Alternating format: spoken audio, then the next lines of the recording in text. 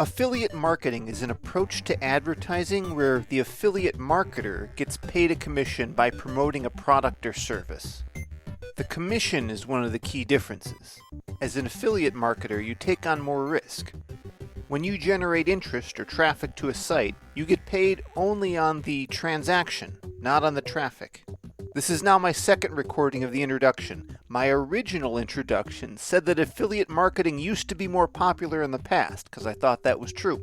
We did a little fact-checking, we went to Google Trends, and if you trust that as a source, affiliate marketing is actually growing in interest. It was relatively stable till about, maybe January or February of 2020. I don't know what happened then, but ever since there's been quite a tremendous interest in affiliate marketing. Today I'm interviewing Brian Dunning from Skeptoid Media. Check out their films and their podcast Skeptoid. I'm a longtime fan that was surprised one day when Brian took an a priori unannounced leave from hosting Skeptoid. I was curious about why and did some Googling, only to fall into a bit of a rabbit hole reading details about the situation we're going to discuss today. This is a really tragic story in my opinion, but also an instructive one and maybe a bit of a cautionary tale. So hi, I am Brian Dunning. I am best known as the host of the Skeptoid podcast at Skeptoid.com. I've been doing that since 2006, revealing the true science and true history behind our most popular urban legends and weird beliefs. And mention a little bit about what goes on in the broader Skeptoid Media. So Skeptoid Media is the company. We're a nonprofit. We produce, obviously, the podcast. We produce a couple of video series, and we always have at least one documentary film in production. And the one that's coming out right now is called Science Friction. It's literally in the process of coming out on the streaming services right now. I believe it's on Tubi TV, and it should be soon on Amazon Prime and a couple of other randos. We have very little insight into exactly when and where it's going to appear, but it's all interviews with scientists who were misquoted or edited out of context when they go on these TV shows as a guest expert. So it's a lot of really good stories, and I hope it scares the heck out of people as far as the quality of information they're getting from TV. Definitely. Well, I know we're going to get into our main topic that aligns with my season on ad tech, but I thought I'd start this in a slightly weird place that'll tangent us into it, mainly because I've heard about this but never used it myself. What the heck is FileMaker Pro? Oh, so FileMaker Pro is it's a database application. It's probably closest to Microsoft Access. It's kind of intended to be easy for any Joe Blow to sit down and make themselves an invoicing system or whatever.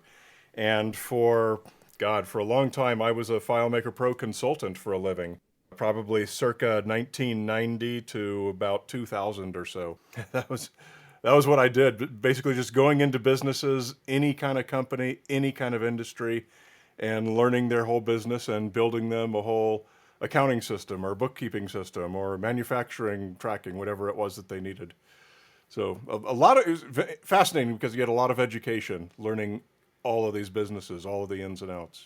Yeah, it's neat the opportunities that software kind of brings. I've known a lot of entrepreneurs who are locked on to some technology like that, or like, Salesforce or something, had an expertise. And it gives you, obviously liberty to start a company, but also to look at other opportunities and see what kind of other ways software is changing the world and things like that.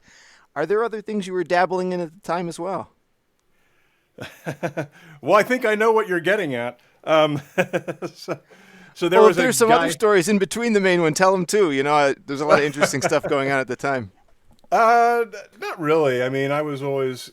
My thing is I went to school for writing for film and television, and I was always a science enthusiast and a science fan. And I studied computer science also in school, but I never pursued a degree in it.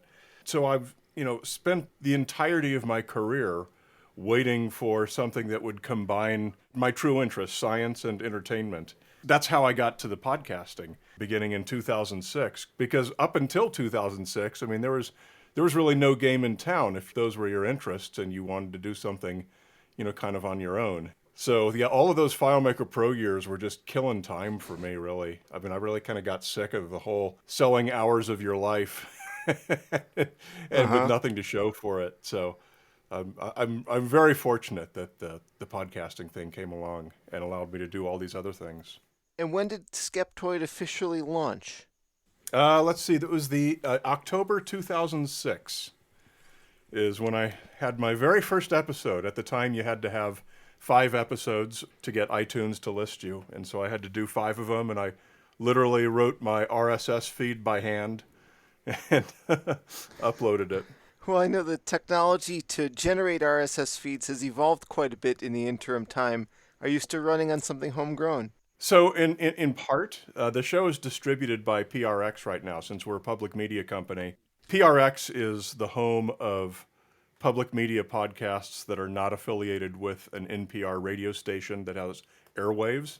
So we're as close to an NPR podcast as you can be without being an NPR podcast. So PRX, Public Radio Exchange, is sort of the little affiliate that distributes our show. As far as everything else, provisioning premium members and donation tracking and communications and everything, that is all still homegrown. Something that I started building, all of those years ago, and I still do some stuff on it. We've got a software developer now that does most of that now. But it's honestly, without the ability to have built all of that, there's no way Skeptoid would be where it is today. Well, you've built a bunch of things over the years then, and some of that relates into the ad tech stuff. I guess, where is the origin of your interest in this? Does it start with Commission Junction, or are there other pieces of the story? Yeah, so there was a guy that I met briefly back in my FileMaker days who had kind of gotten back in touch with me around 2000 or so and was telling me, hey, I'm making $1 million a month in affiliate marketing. And this is not someone that I had a great deal of trust in, so I just kind of, yeah, okay. And I told a business partner about this, and the business partner said, hey, let's do that. And I'm all, no, I really have no interest in affiliate marketing. It just always strikes me, and still does, as kind of a fly-by-night thing. You're not adding any value to the world. It's just something I wasn't interested in. But this guy was apparently making real money. But I learned what he was doing, and he was doing straight up illegal stuff. He had, he ran an, I'm not going to use any names, by the way, just, Sure. I'm sure if people want to, they can probably figure it out, but I'm not in the business of throwing shit on people today. He had a link network. So if people want to get backlinks for their site, they would upload the name of their website to him. He would give you a piece of code that you would stick on all the pages of your website. And since everyone's doing this in this big, broad, networked way, it ends up generating backlinks for everyone who participates in the network. And this was the days when that made a great deal of difference for Google's algorithms for where you ranked in searches. And what he was also doing was just embedding all of these affiliate codes. I mean, the link network was really just his excuse to embed all of these pixels from affiliate programs that he was part of. And because his network was so huge, that's how he was getting $1 million a month. He was literally not showing any ads, just literally just having some fraudulent crap going on, which is not something that ever had any appeal to me. So that was another reason I was completely disinterested in affiliate marketing, especially anything to do with this guy. So where did that revenue he was getting come from? I get that it has to do with tracking, but who's actually sending him a check? So when you viewed, if you visit one of the websites that had that link network on it, it would drop all of these cookies onto your computer from all of those affiliates whose pixels were embedded in the link code. And if you would go to, oh God, I don't know all of the affiliates that he was doing this with, but if you went to, let's just say Zappos, and you bought a pair of shoes, Zappos would recognize that cookie on your computer and they say, oh, this guy referred him. I'm going to pay him $10 as his bounty or whatever it is. So it's kind of it's a sales commission kind of thing. It's a pay by sale. It's not a pay by click or anything. You only make money when the company actually generates a sale based on someone who ideally viewed the ad, but in this case didn't view an ad, viewed an invisible ad. I'm curious about where the I guess, bookkeeping takes place. The cookie gets written to the client's computer, so that's there. Then that client goes to a website and buys something. Does the affiliate person get to track this, or is it all kind of managed by the actual end purchaser? So in this case, I believe pretty much all of these affiliates, certainly all the ones that I ever ended up working with, were going through a middleman company called Commission Junction. They were located in Santa Barbara. I have no idea if they still exist. This is all a long time ago. And Commission Junction was the one who actually owned those pixels that would be. For example, if you're doing this legitimately the way you're supposed to, you put an ad on your web page saying, buy shoes from Zappos or whatever it is. And then there is a little tracking pixel that they put in there that says that the address of that pixel is commissionjunction.com, blah, blah, blah, blah, blah. And your computer viewing that ad makes a call to Commission Junction's web server, and they say, aha, this ad on this web page was just viewed by this person. And we're going to now do with that what we will. We might want to write an affiliate cookie, or we might just want to track the activity. Whatever it is, it's completely up to them what their program logic does with that web server hit on their end. I tried my hand at Commission Junction back in the day, and I could never. I made some money on it, but less than if I took my hours into account, it was like less than minimum wage that I was paying myself. Oh, sure, yeah. Yeah. Yeah, so we ended up doing the same thing. Could you talk about some of those more frustrating experiences? What is it like trying to get it going? Yeah, so, I mean, I had, basically it was peer pressure from my business partner that got me, okay, we'll give this a try. And I had a friend that worked at Commission Junction, and I talked to him about this, and he says, yeah, I can totally help you guys out. Everyone at Commission Junction who works here, we all have our own accounts. We're totally free to work with people in whatever arrangement we want. That wasn't an issue. So I said, okay, we'll pay you like 10% of whatever we can make if you will give us information like, hey, what are the best paying affiliate programs that we should work with, and things like this. And I want to emphasize, this was absolutely above the board. We went there openly and had meetings with him and his supervisor and everything and talked about this, and they were totally fine with it. They just wanted to generate new business for the companies they represent. So our first attempt was, we basically just made these really spammy websites. I think, what was the name of it? I think we had like Planet Universe, I think was the name of it. Planet Universe 01, Planet Universe 02, I think all the way up through 20. And I ended up with just by doing all of the programming and everything, I ended up with like just a little bit of code, like 20K of code that you just put on a web server that has Apache running on it, and you have 20 websites. And what it would do was, I remember the biggest company we were working with was buy.com. And buy.com would let you download their entire product list so that you could make a web page for each one of their products. So these Planet Universe websites were basically just 20 slight variations of what would appear to be a shopping website. You know, the Apple iPod, let's say, I think was one of the big things back then. We just had a database that had all of these products in it. We also imported celebrity names, place names, movie names, TV shows, anything that you could think of in a database that somebody might want to do a web search for.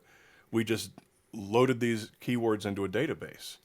And if you ever landed on one of these Planet Universe web pages, if you do a search for Britney Spears, and boom, here comes a page for Britney Spears.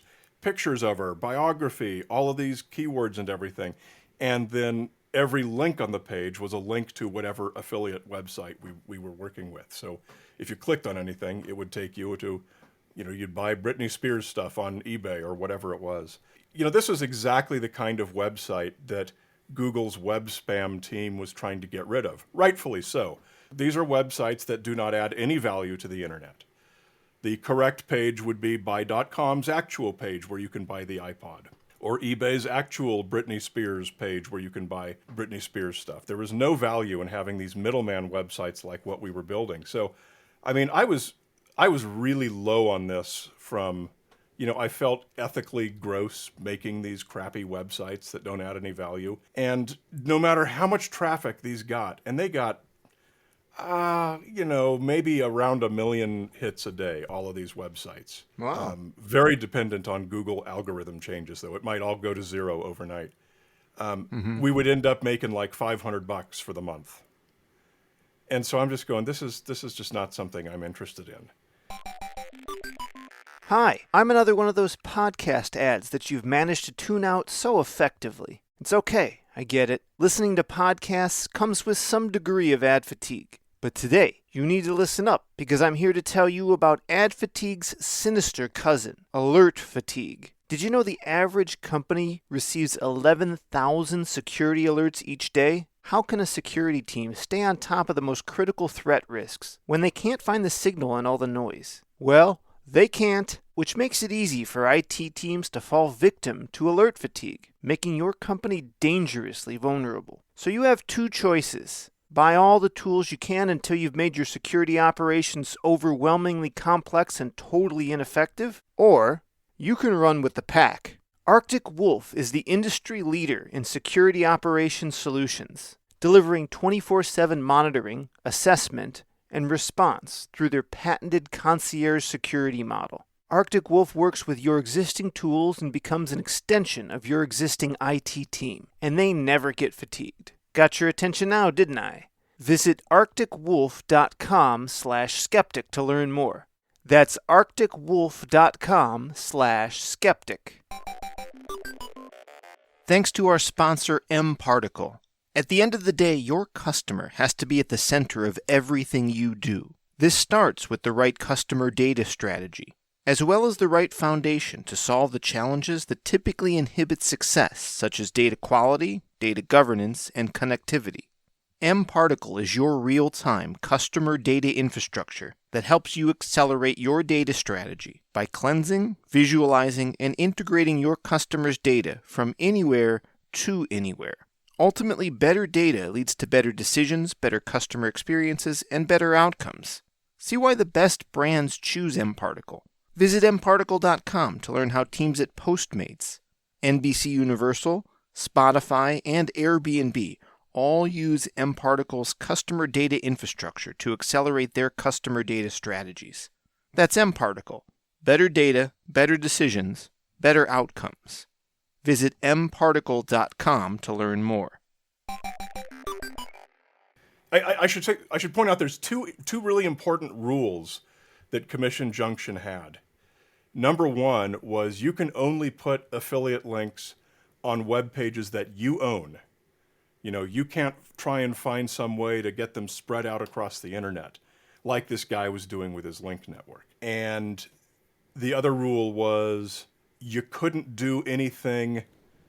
The person viewing the web page had to actually take some physical action with their mouse before you could fire off the affiliate link. Okay? Huh. And that could be anything. They could just move their mouse, and that could trigger a window in the background to open up to the eBay page or whatever page it was.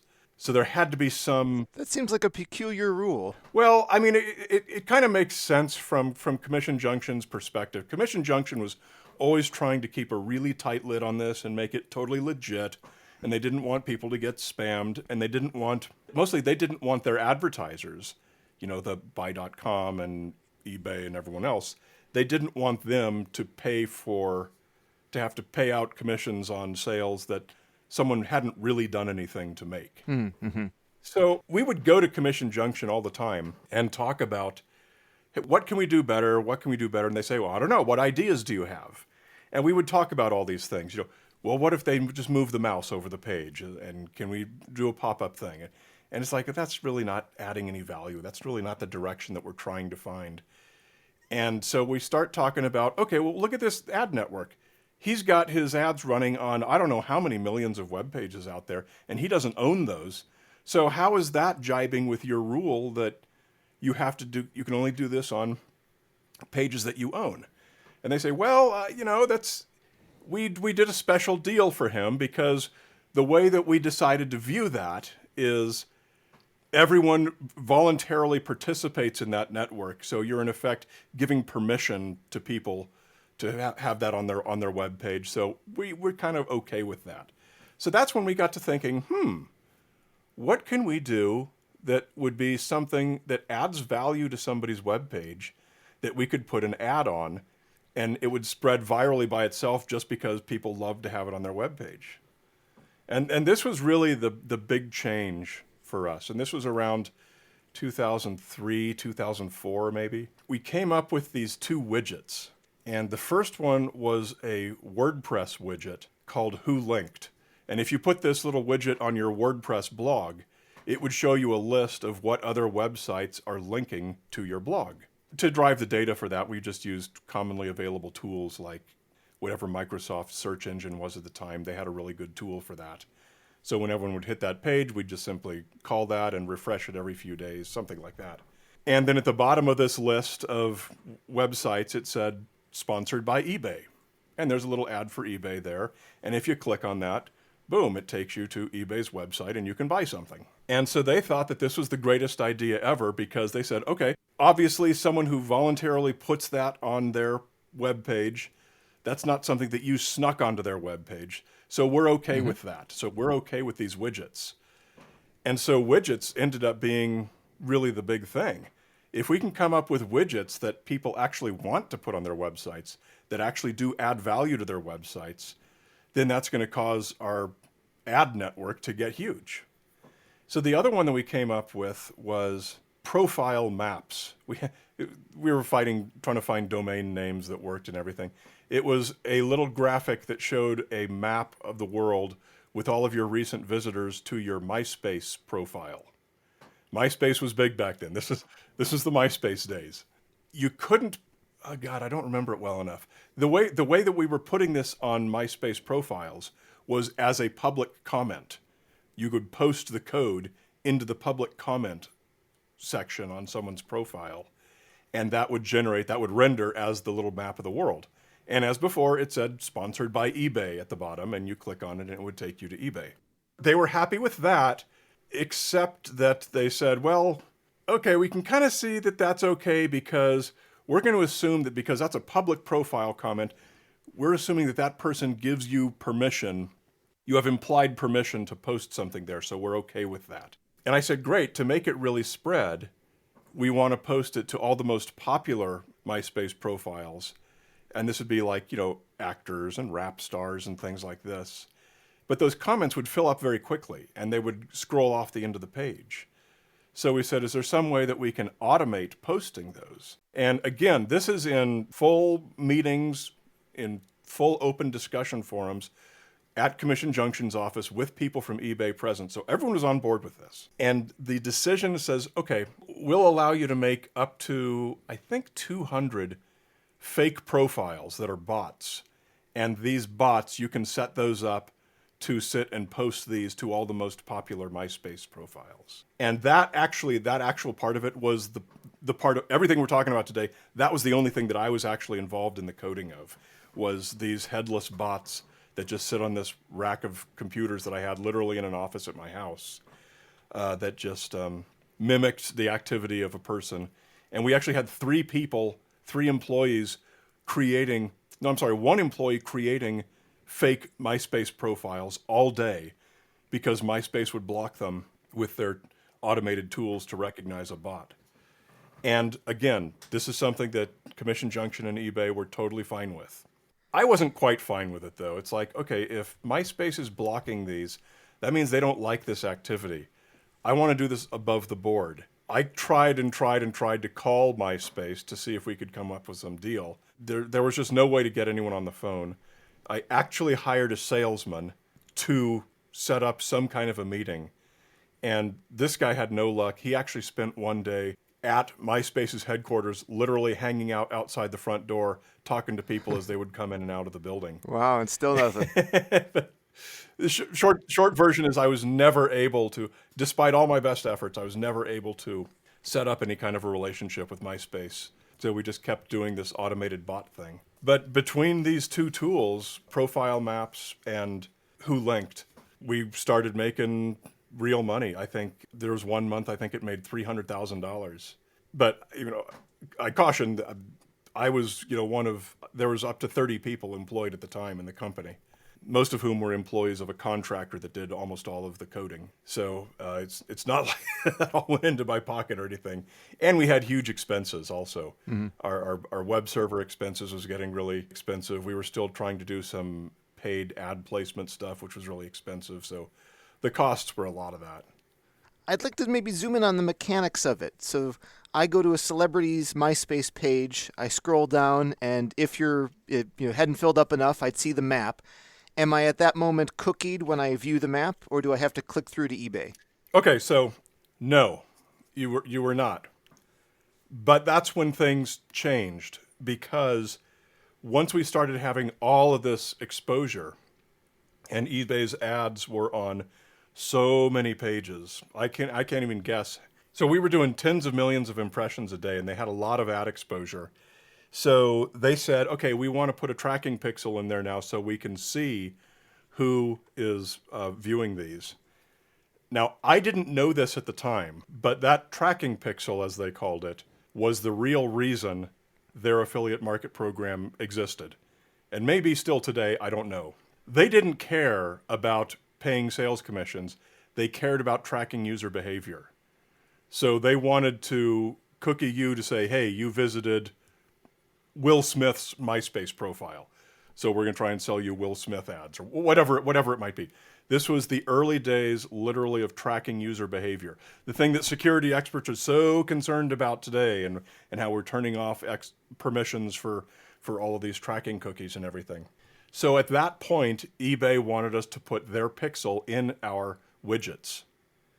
And so if you ever looked at the widget code, it's right there in plain view, ebay.com/whatever the address of the pixel was. At that point, that is a pixel that's owned by them. It's coming from their web server. So that's a connection between the end user viewing the web page and eBay. Doesn't have anything to do with us, doesn't even go through our server. So eBay, it's up to them to do whatever they want to do with that connection. They can check for an existing cookie and check it against their database and do whatever they want to do. They can look at what the web page is, where it's coming from, what browser you have. They can write a cookie. And it became evident very clear, very early, that eBay was writing an affiliate cookie through every single pixel without apparently doing any kind of checking, because they would write the same cookie twice if you visited them 5 minutes later. They were literally spamming everyone in the world with an affiliate cookie.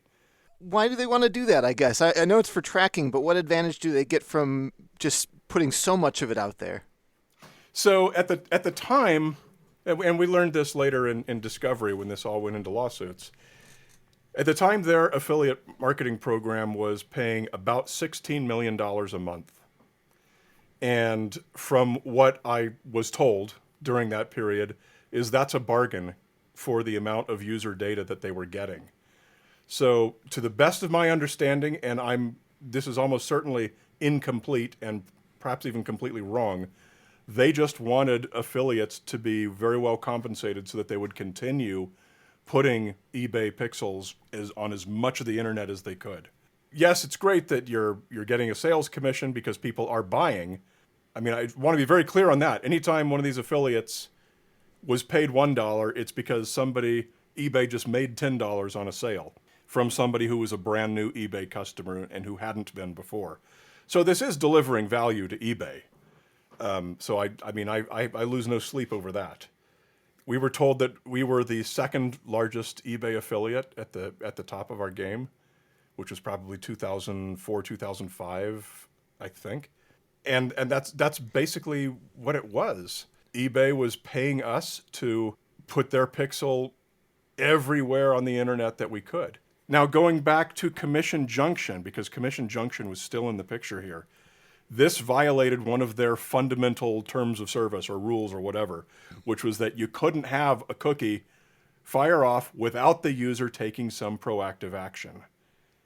And so I'm like in the middle here, because on the one hand, Commission Junction is sending us these violations all the time, saying, hey, it's cookies were being written as a result of just viewing your ad and not clicking on it. And eBay was telling us, just ignore those violations, we'll take care of them. And this probably went on for a year. Every week I would get this stupid violation, and eBay would then call Commission Junction and scream at them and say, hey, this is how we want to do business, and I don't care if it violates your rule. eBay was a lot bigger company than Commission Junction was. And then eBay would call us back and say, hey, the violation is off your account. Proceed, business as usual. This was starting to get really, really stressful for me because there was real money going through, and obviously people were not satisfied with it. And what I wanted to do was go back to both of them, have a meeting, bring them both in and say, all right, we got to revise the contract because this is BS. I want it contracted the way that we're actually doing business, not the way that we originally signed the contract that we haven't been doing business under. And for great unfortunate, I never actually got around to doing that. Talked with them about it on the phone a few times, but it just never got around to happening. So it was a awkward place to be in, kind of caught in the middle there.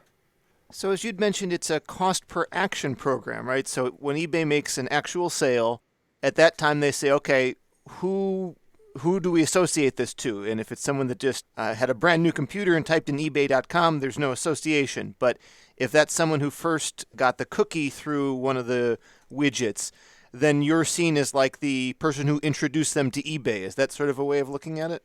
Yeah, exactly. It's the same thing as an ad in a magazine. I mean, if you open a magazine and you see Mercedes, you don't click on it with your finger or anything. You just say, oh, Mercedes, and that sticks in your brain. And so maybe you buy a Mercedes a few months down the road.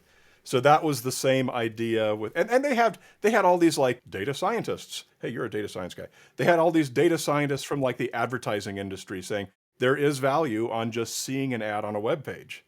So it doesn't matter whether someone's clicking on it or not. This is how advertising has always worked. So I'm going, okay, well that's interesting. Well, I don't feel bad about it then. So that was also totally above the board. The idea of just seeing an ad and then that becomes your customer. So if they then buy something from eBay as a brand new first time eBay customer, then we got paid some bounty. And then is there anything for repeat or existing customers? Yeah, for anything beyond the first sale, there would be it was a much smaller amount, but it was a percentage of eBay's profit on the deal. I don't know what it was, how it was calculated. And do you have any transparency? It seems like you have to trust their analytics to know, and they just tell you what you made. Yeah, that's correct. There was no transparency at all. There was no data feed. There was no dashboard that we could log into. Nothing like that. We just got a check each month. I hope it's better than that today, but that's how it was back in these days. So you're in this weird place where the activity that's going to eBay likes, and Commission Junction is objecting that it violates one of their rules, but then that gets smoothed over. What's this cycle like? How long is that going on for? Literally like a year. And it even got more complicated than that because then we started having these internal rifts appearing at eBay. Most particularly, it was between eBay US and eBay Germany. So since our widgets were all over the world, what if a German person views one and eBay's US pixel was embedded in the ad?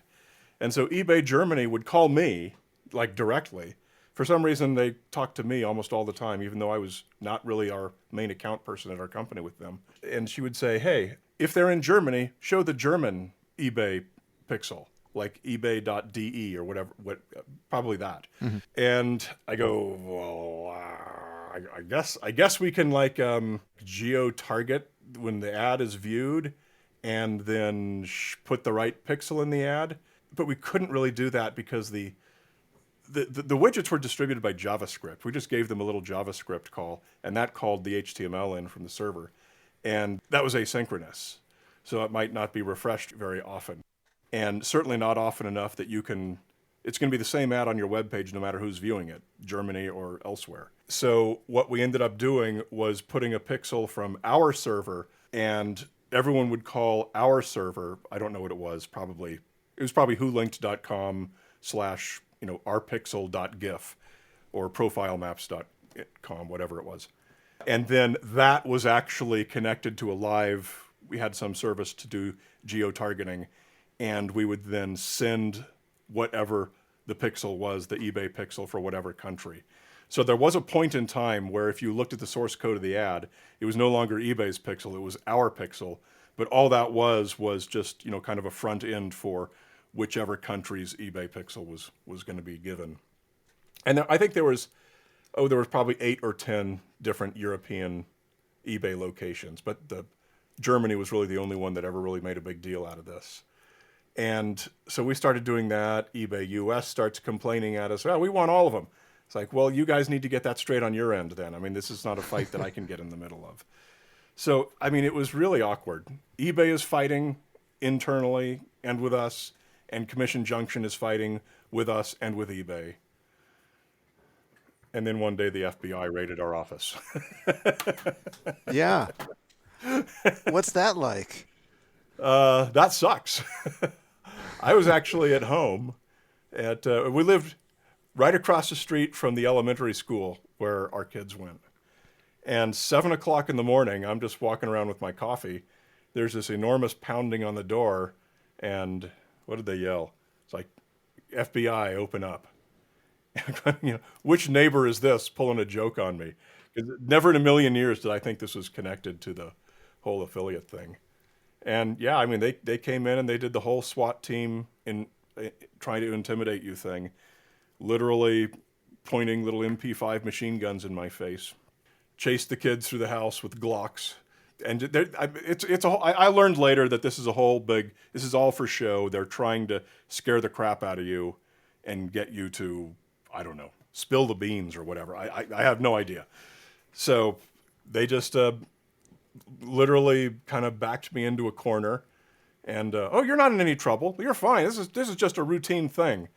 So tell us everything. And I'm like, so when I realize that this is about the affiliate thing, I tell them friggin' everything from the beginning to the end. This is what's going on. This is who's doing this. This is everything. Here's all my program code. You can see it and everything. So I don't know whose problem this is. I don't know who if this is eBay's thing or what. I thought I was helping solve a misunderstanding. And don't. If you ever get raided by the FBI, do not answer a single question, because I ended up doing a year in Club Fed that I would not have done if I had simply not said anything at all. So that's a really weird, unfortunate thing. Don't cooperate with the FBI, but that's an important lesson. Or maybe cooperate with them with the assistance of a lawyer who's on your side or something like that. Yeah, which that would have been great as well. And basically what this was is I later learned from my lawyers. I had a great criminal lawyer team. And they said, this is really common. There's actually no criminal. This is something that eBay called the FBI and had them do this as a prelude to civil litigation. So that's almost always what these raids are for. It's not for any criminal action. It's for civil litigation. It's just kind of a way to fire your opening salvo and hopefully get a hold of as much discovery as they can. So eBay got a hold of all of our computers and everything, because they did end up they carted away that rack of computers that was making the fake MySpace profiles. So they got that going for them. And that was it. And that began 7.5 years of civil litigation. First, Commission Junction sued us. We settled with them fairly quickly. And then eBay sued us for the exact same thing. And eBay's lawsuit was alleging, we never told you to put the eBay pixel in the ads. And I'm saying, that's ridiculous. We had a dozen in-person meetings with 10 people at the table talking openly about this. I mean, it was such an absurd claim. And from talking to the civil lawyers, we were in the right. Even though the contract said, I won't get into the whole thing, but the basic thing is the contract said, we're going to put stuff only on web pages that we own, and there will be no cookies dropped without the user taking an action. And that's what was in the contract. But I guess there's a thing called equitable estoppel. And here's the best analogy. Let's say that I tell you, I'll pay you $5 to mow my lawn every Wednesday. And we agree to that. Mm-hmm. Let's say that for whatever reason, it works out better for both of us that you do it on Saturday instead. And so we'd go through that for a year, and we're both happy with that. All of a sudden, I can sue you and say, hey, we contracted to do it on Wednesdays, and you never did it on Wednesdays. Well, equitable estoppel is what prevents me from doing that because your normal way of doing business supersedes whatever you might have agreed to in the past if it's clear that you've agreed to do it this different way. And that's kind of the basis of our civil defense. And it was very valid, and there's no question that we were in the right, that they had no right to sue us for doing exactly what they told us to do and doing exactly what they paid us to do for such a long period of time. But, it's eBay. Here I am. I'm an individual guy. Our company we stopped doing business instantly. No one wanted any part of FBI raids or lawsuits. So we stopped doing business instantly. The company didn't really have any assets because everything went out in payroll every month. And so here's all of these individual people fighting one of the world's biggest companies at the time with the world's largest law firm, O'Melveny and Myers at the time. And they just literally drained us of money. I mean, I lost my house. I lost all of our retirement savings. I lost every penny that we'd had in the bank, all going to legal bills. And after 7.5 years of that, and that's kind of the intent, they said, okay, we'll settle with you. And we did settle with them, but it was a confidential settlement, so I cannot discuss that. But the condition was that we all pleaded guilty to a felony.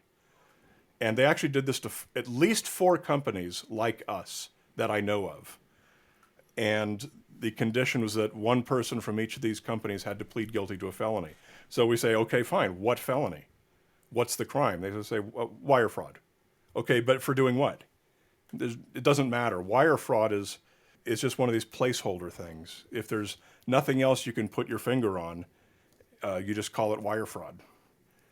We said, okay, write a plea agreement that I can honestly sign. And it's so funny because when you read the plea agreement, it says that, for this period, we received money that was outside the terms of the contract. That's obviously a contract issue. It's obviously not a criminal issue. So even in the criminal plea agreement, there was no allegation of any crime having been committed. It was a contract dispute, and we were in the right. So I don't lose a bit of sleep over this at all. That is something that has always struck me about the case. Like the civil side, we can go and, look about this way and that way on it, the contract matter. Sure. Of course, this was going to end in some sense, but I don't follow where it leaps to criminal and the FBI being involved. That part's strange to me. The reason for that was we never determined exactly what was going on internally at eBay. But we do know it was a case of their left hand didn't know what their right hand was doing. We believe that one team, perhaps some kind of security team or something inside eBay, learned that they were using the affiliate program to track user behavior. And I think this was kind of the early Wild West days, and the laws weren't really as formed then as they are now. So eBay's choice was to say, okay, we weren't doing anything. We were defrauded by these outside people. And I think it was purely a case of satisfying their shareholders and their internal compliance people that they weren't doing anything wrong. It was all those evil affiliate guys. How accurate that is, I have no way of knowing, but that's our best assessment from our legal team and everyone else who's worked on this. And were they objecting to the period when you said the cookies came from your server rather than eBay's, or the whole period? It didn't matter. I mean, it was the same thing at the end of the day. And they never really even got that specific. They didn't really care about any of the specifics of how it worked. In fact, the amount that they said was outside the terms of the contract was a very small amount of money. Again, I probably shouldn't talk about that at all because it was a confidential settlement. But, I mean, it was... Well, if anyone wants to look up, I think it's called a nuisance settlement. You might have some better idea, but that's all I should say. They just wanted felony convictions is really the only thing they were after. The rest of it didn't matter. I mean, they didn't even get felony convictions for something that would mean anything. It was just silly. So, I mean, at the end of the day, I lost a tremendous amount of money and lost pretty much a year of my life. And luckily, during that whole 7.5 years, by the way, of the civil litigation, is when I started the nonprofit and started doing the podcast and everything. And that was going great. That was going like gangbusters. It doesn't make any money. I mean, I got a little bit of a salary, as I do today. But luckily, the board of directors held my position for me while I was on vacation is how we say it. And kind of was able to get right back into the seat and get right back to work. So, that whole eBay affiliate part of my life is just something that it's just a dark memory that I'm glad is in the past. Yeah. Do you follow ad tech at all? Do people still use these same cookie approaches to do affiliate work today, or has all this changed as a result of some of these events? So I have no idea because I don't follow this in the slightest. It's something I don't have any interest in knowing about. But I will say that while we were anticipating going to court for the civil matter, I put together a whole bunch of videos. So this is now 7.5 years after. This was probably 2009, 2010. No, later than that, probably 2012-ish. I put together a whole bunch of videos. I would take a copy of Firefox because it had a little window that would display cookies in real time that are being written, and I would visit the pages of these eBay affiliates. They would feature eBay affiliates that they said were doing a great job. They had a web portal for affiliates. Say, here's the affiliate of the month. This one's doing a great job. You should do your stuff just like this guy. And I would pull open this totally clean Firefox browser with no cookies, view the home page that didn't even have anything on it. Hundreds and hundreds of affiliate cookies would drop. And this was someone that eBay was featuring as someone you should do it just like. It's like, okay, what am I being sued for if all of your affiliates now are doing this to 100 times the degree that we ever did? So, I had a whole bunch of videos like that showing that their whole lawsuit was just completely bogus. They were suing us for what was their standard way of doing business then, and that they had greatly magnified in the future. I don't understand that at all. Yeah, I'm a little puzzled by the situation as well. I was really concerned about the precedent that this was setting, a legal precedent that this was setting. And I think it did set a very frightening legal precedent. Whether that's been used against anyone else is outside of my knowledge, but EFF, the Electronic Frontier Foundation, is one of the people that I reached out to a lot during this whole thing. I said, do you see what's happening here? And I would send them all this information. I was never able to get any interest from them in it, which I think is too bad. I've spoken about this at a half dozen hacker conferences and things like that. Universally, everyone agrees that this was a terrible, terrible precedent, and this is something that could be used to put almost anyone in jail if you wanted to. All you have to do is point to this precedent and say, look, this guy's this webpage just dropped a cookie on me. He should go to jail. That's essentially the precedent that it set. So I thought that was really concerning.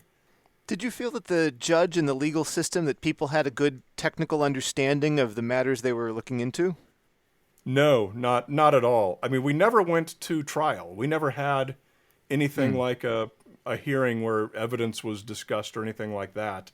So the judge never really even knew anything about the case. He was just handed a signed plea agreement. Here, sentence this. In his sentencing memorandum, he's talking about pay-per-click and things that had nothing to do with this case. So he clearly did not understand it at all. He just made vague references to things he'd heard about in the past.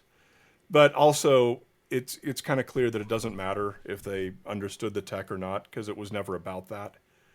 It was about, whatever eBay's internal motivation for having some outside scapegoats was. And, there was a million things that were wrong from a prosecution perspective. First of all, there was no federal component to this at all.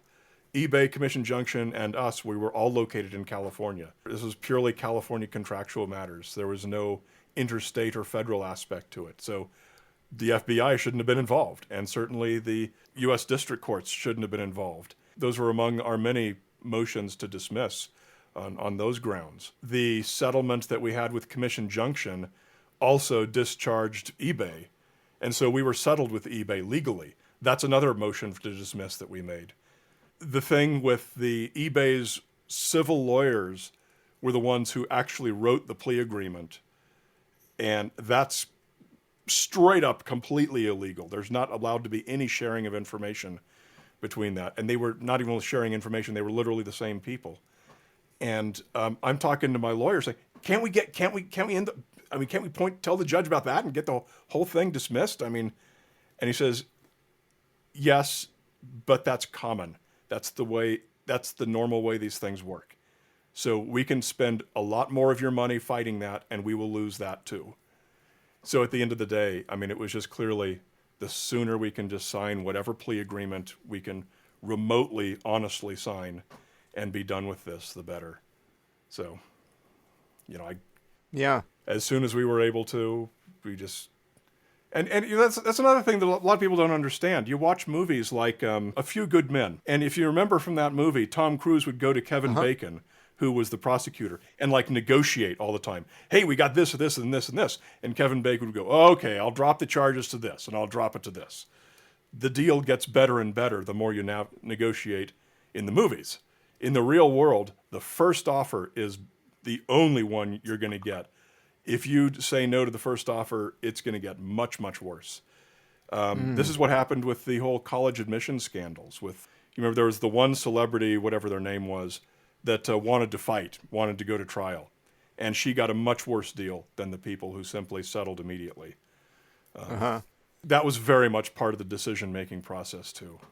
Get as good a deal as you can get and take the first deal, because that's the way to... this was 7.5 years out of my life. It was horrible. It was so hard on me and the family, from a stress and chronic anxiety, and obviously in addition to the financial end of it. I got out, and I'm 50 years old, starting out with zero money in the bank at all. And my wife and I both working for nonprofits. So we just figured, you know what? When we were newlyweds in our 20s, we did this before, so we can do it again. So that's what we've been doing for the past, I guess, 5, 6 years, 7 years, is just kind of rebuilding from scratch. Well, it's a great attitude. I'm glad you can put it behind you. Well, you don't have much choice. Yeah. Well, Brian, thank you so much for sharing your story. I hope this was helpful or instructive to someone in some way. Don't get involved in affiliate marketing is my advice. Well, that's going to be it for this installment of Data Skeptic Ad Tech.